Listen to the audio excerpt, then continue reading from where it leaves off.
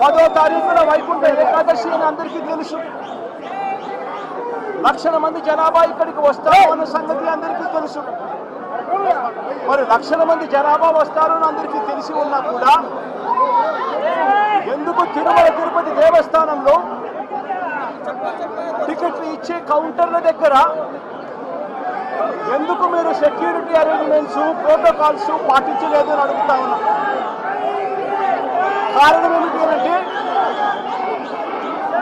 ఇక్కడ ఉన్న టీటీడీ అధికారుల దగ్గర నుంచి, టీటీడీ చైర్మన్ దగ్గర నుంచి, ఎస్పీ దగ్గర నుంచి కలెక్టర్ దగ్గర వరకు అందరూ కూడా దీంట్లో భాగస్వాములే. చంద్రబాబు నాయుడు గారికి తెలుసు 10వ తారీఖున వైకుంఠ ఏకాదశి అని చెప్పి ఆయన ప్రోగ్రాం కుప్పంలో పెట్టుకుంటాడు. 6వ తారీఖు, 7వ తారీఖు, 8వ తారీఖు పొద్దున 8వ తారీఖు దాకా తను ఇక్కడే ఉంటాడు.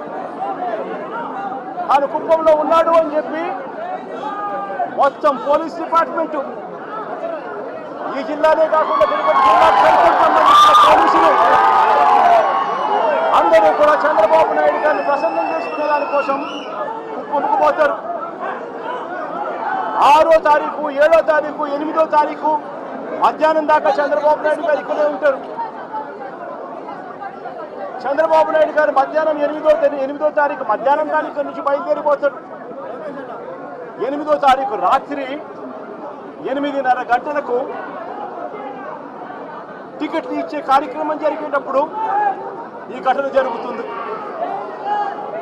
నిజంగా పోలీసులందరూ కూడా చేయాల్సింది ఏమిటి? ఇన్ని లక్షల మంది వస్తారు అని తెలిసినప్పుడు, చంద్రబాబు నాయుడు గారి పర్యటన కూడా అటువైపున ఉంది, కుటుంబంలో ఉంది అని తెలిసినప్పుడు ప్రత్యామ్నాయ అరేంజ్మెంట్స్ చేసుకోవాల్సిన అవసరం ఉందా లేదా? కానీ ఎలాంటి ప్రత్యామ్నాయ అరేంజ్మెంట్స్ చేసుకోలేదు. అందరూ కూడా చంద్రబాబు నాయుడు గారి పర్యటనలో నిమగ్నమయ్యారు. 8వ తారీఖు మధ్యాహ్నం దాకా తను ఇక్కడే ఉంటాడు. 8వ తారీఖు రాత్రి 8:30కు ఘటనలు జరిగాయి. ఎందుకు ఈ ఘటనలు జరిగాయి అంటే ప్రోటోకాల్ ఎక్కడా కూడా లేదు.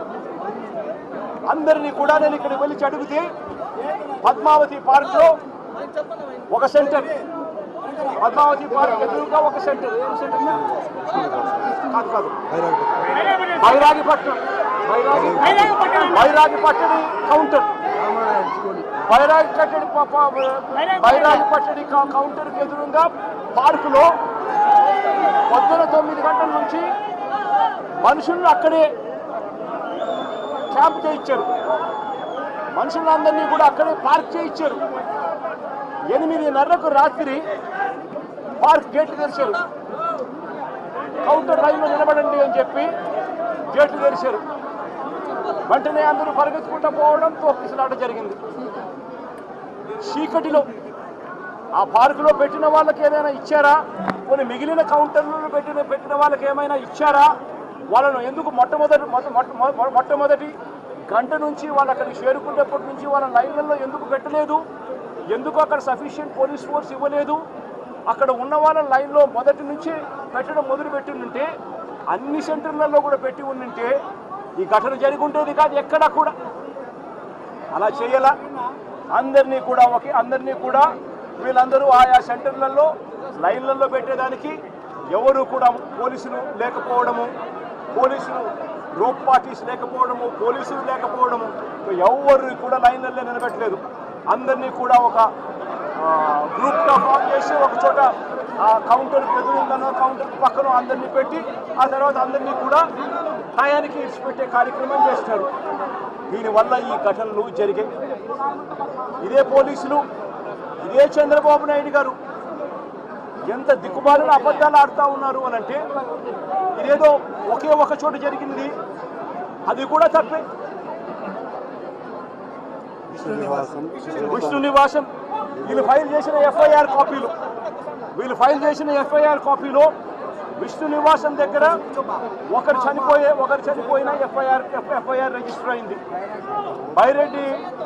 బైరాగిపట్టడిలో 5 మంది చనిపోయినట్టు మరో ఎఫ్ఐఆర్ రిజిస్టర్ అయింది. ఇక్కడ పోయి చూస్తే